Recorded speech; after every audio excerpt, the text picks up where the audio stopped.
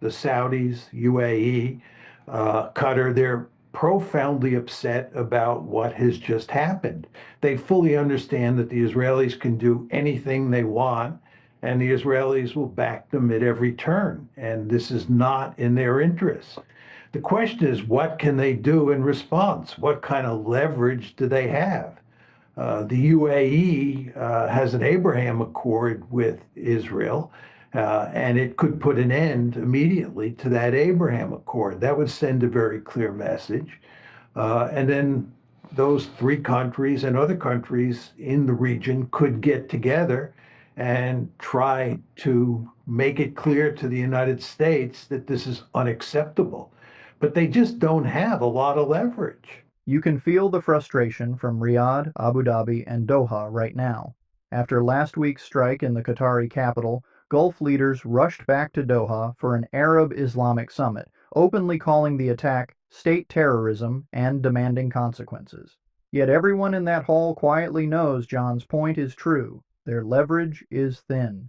In 1973, the Gulf states wielded the oil embargo like a club. Today, U.S. shale, diversified buyers, and a fragmenting OPEC Plus mean that same club is half hollow. For them, the real pressure point may be diplomatic, suspending, or at least freezing, those shiny new Abraham Accords until Washington shows it can rein Israel in. That would hit the White House in a place it still values: optics. I think that these Gulf states that we were talking about before, Qatar, the UAE, and Saudi Arabia, don't have much to worry about. And I'll say more about that in a second. What you want to understand is that the Israelis are interested in creating a greater Israel. That's their first goal.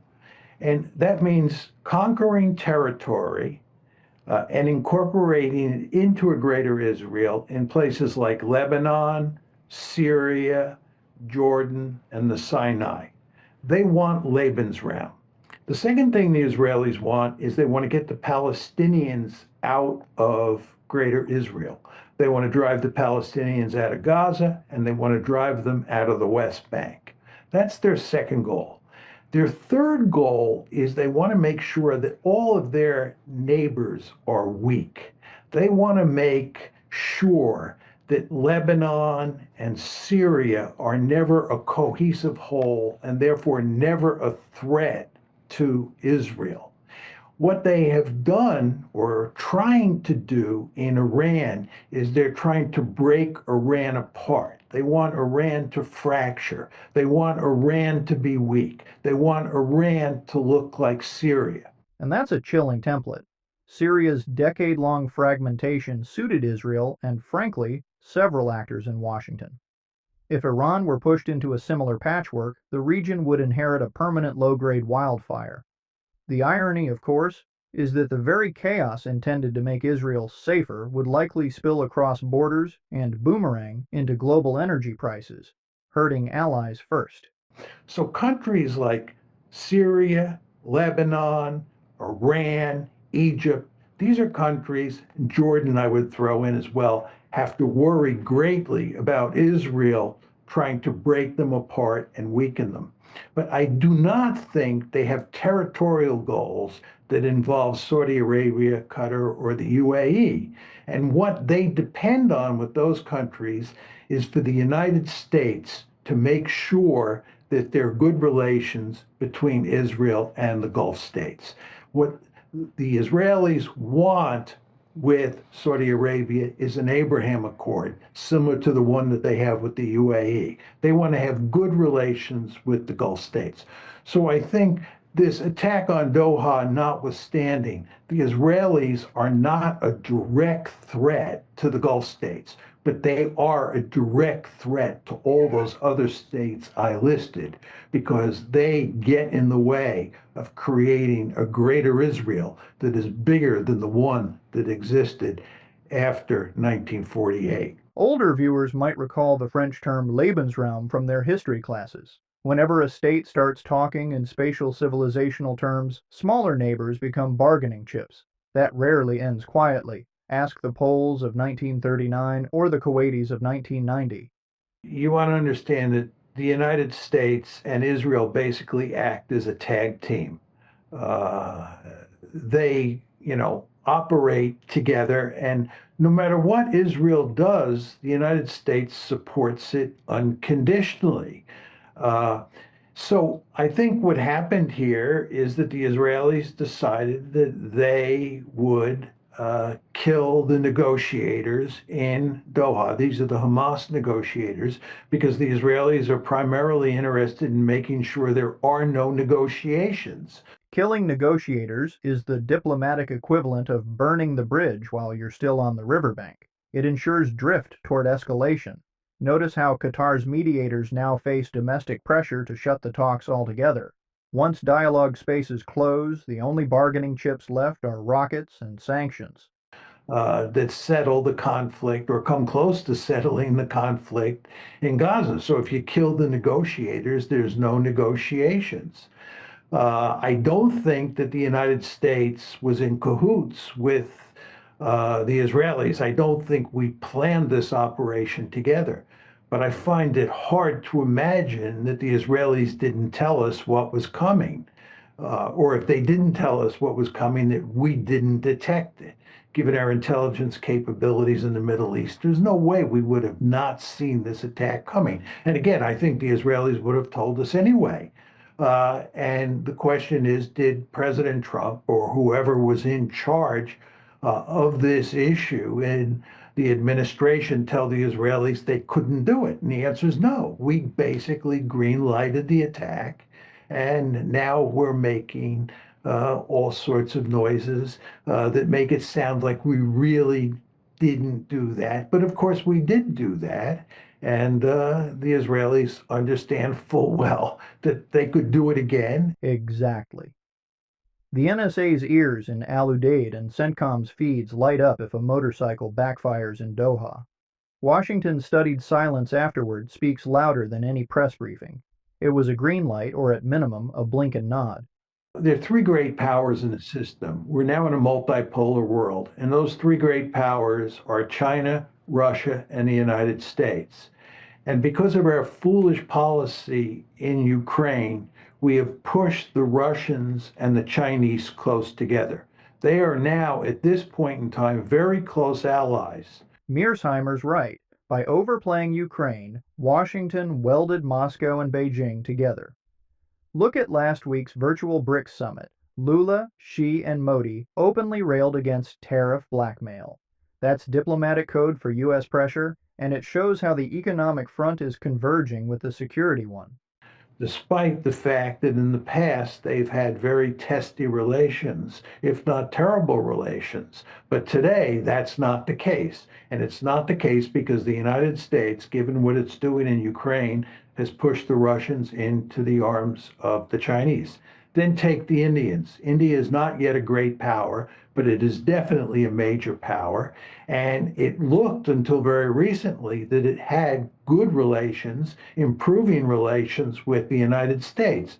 But President Trump decided to get rough with the Indians because the Indians are importing Russian oil.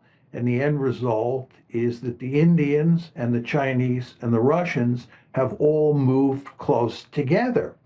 And you see all sorts of other examples. Just take BRICS and what's happening with BRICS. There's no question that BRICS has become a more formidable institution over time. And BRICS, of course, includes not just India, Russia, and China, it also includes countries like Brazil and Turkey. And all of those countries are angry with the United States for one reason or another. And through international institutions like BRICS, they make their anger known. So we have this very interesting situation where the United States has pushed all sorts of countries into an oppositional camp. And we're left with allies like the Europeans and the Israelis. Those are our best friends in the world today. But then if you look at the Europeans and you look at US-European relations, they're actually much worse today than they were 10 years ago.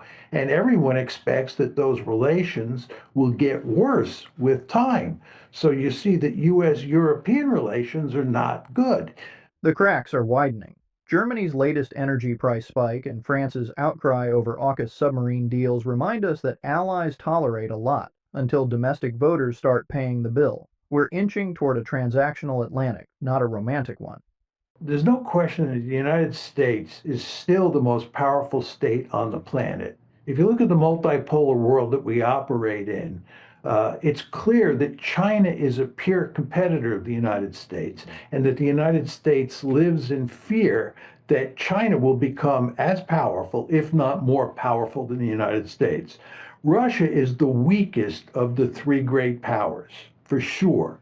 But nevertheless, it is important to understand that we still are the most powerful state on the planet, although China is a peer competitor. But this is a fundamentally different situation that existed during the unipolar moment. That's the period after the Cold War ended from roughly 1992 up to about 2017. We were the only great power on the planet. We were incredibly powerful relative to everybody else. That world has gone away. Right after 9/11, we thought the unipolar moment would last a century. 2 wars and 3 recessions later, power has diffused. Anyone over 40 remembers when Washington set the agenda unchallenged. Younger audiences are growing up in a marketplace of power centers.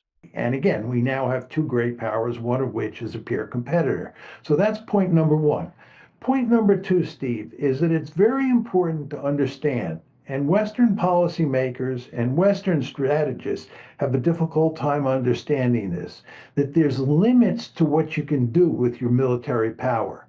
We tend to think that having a big stick and threatening people with that big stick or using that big stick allows us to always get our way. Just think about Afghanistan. We lost in Afghanistan. When I was young, we lost in Vietnam, despite the fact the United States was far more powerful than Vietnam, and the United States is far more powerful than the Taliban in Afghanistan. But the fact is that we lost. There are just limits to what you can do. And there are limits to what the United States can do in the Middle East, even though it is incredibly powerful. And there are limits to what we can do in Ukraine against Russia. And therefore, it is not that we're impotent, because we're not impotent. Again, we are the most powerful state on the planet. But nevertheless, there are limits to what we can do with that power under any circumstances, but certainly in a world where you have two rivals, the Chinese on one hand and the Russians on the other. Vietnam, Afghanistan, even the endless sanctions loop. Each reminds us that kinetic dominance doesn't equal political victory. Military force can clear land. It can't plant legitimacy.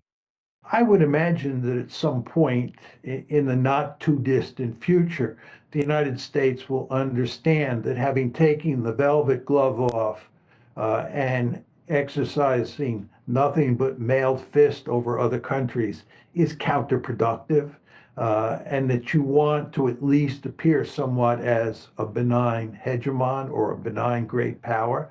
So I don't think that the situation you see today is forever.